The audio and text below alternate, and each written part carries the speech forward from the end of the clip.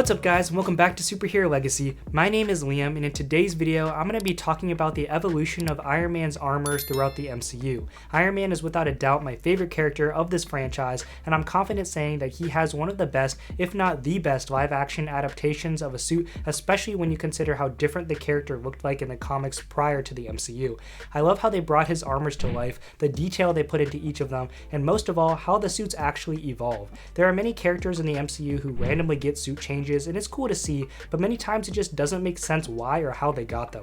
Tony Stark is an engineer, he's a mechanic, he's a futurist. This man builds things, that is quite literally all he does. So it makes sense for a character like Iron Man to have different suits because he has the resources and the intellect to actually create and design them. But anyway, getting into the evolution of his armors, Tony of course builds Mark 1 in a cave using limited resources, and it looks like it was ripped directly out of Tales of Suspense, which is awesome. Then later in the movie we see him donning the iconic colors for the first time, and watching that first suit up scene still gets me hyped every time. I just love the attention to detail, and seeing all the close-up shots and all the pieces mechanically configuring over his body is so satisfying and cool. Then in Iron Man 3 we see Tony enhancing his suits even further by using electromagnets, and we also see him getting in and out of his suits in a more efficient way. Of course we get many other armors throughout the next films, but I'm going to fast forward to Infinity War where we see the introduction of nanotechnology. I think nanotechnology is certainly an upgrade because of its versatility and its ability to be easily stored. The nanotech allows him to adapt to situations and make whatever he requires.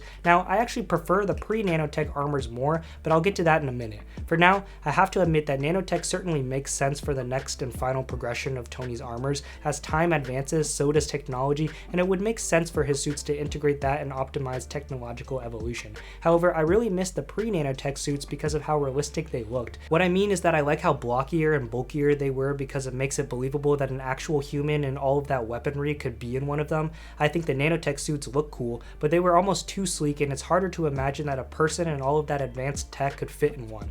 I also prefer the pre-nanotech suits because I miss the satisfaction of watching each and every piece meticulously fitting into place, and the transformations were so mechanical and therefore convincing. The nanotech suit up scene was cool, but there's something about seeing all the parts come together in a much more realistic and applicable way. The way the armors used to assemble made it feel like it was something that could have actually been built and designed, whereas the nanotech feels like it crossed that threshold of being advanced enough to make it inconceivable, but not too advanced to make it unbelievable.